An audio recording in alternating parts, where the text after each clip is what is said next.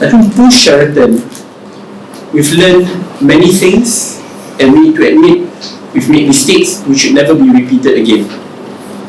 And I believe that it is timely for us to set up a platform, movement, and potentially a party which will serve the interests of all Malaysians, but led by young people, young corporates, professionals, academicians, technocrats, who will end up defining Malaysia's future, especially after more than 60 years of independence.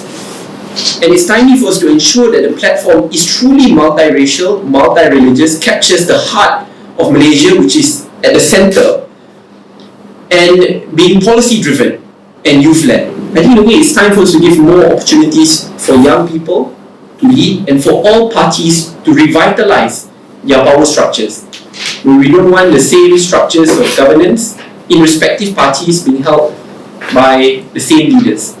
And it's also about opening up greater doors and opportunities for those who have never been interested in politics, and that's truly the center of Malaysia.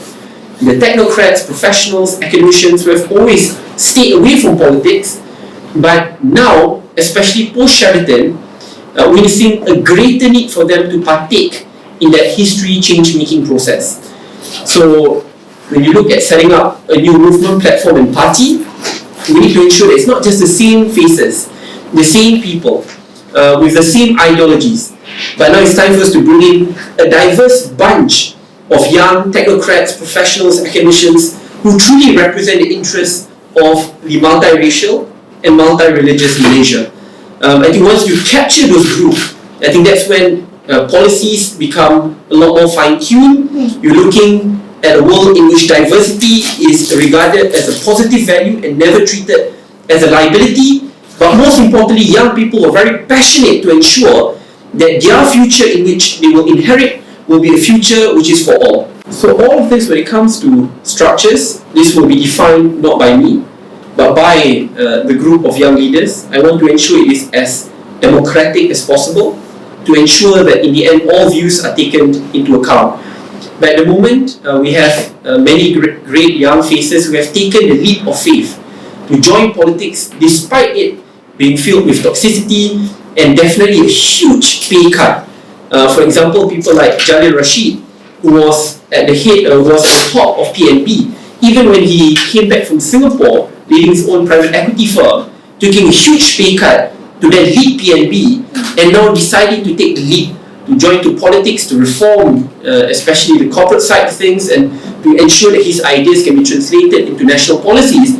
I think that's just one of the many, many examples. So there's a huge leap, right? And you look at the 5 members who have won international awards, 5 CEOs under the Forbes 30 under 30, recognized internationally, but now also partaking in this historic change-making process. These are people like Vinesh, who set up his own company despite being a dropout, but successfully building his own empire, leading to environmental changes and reforms, turning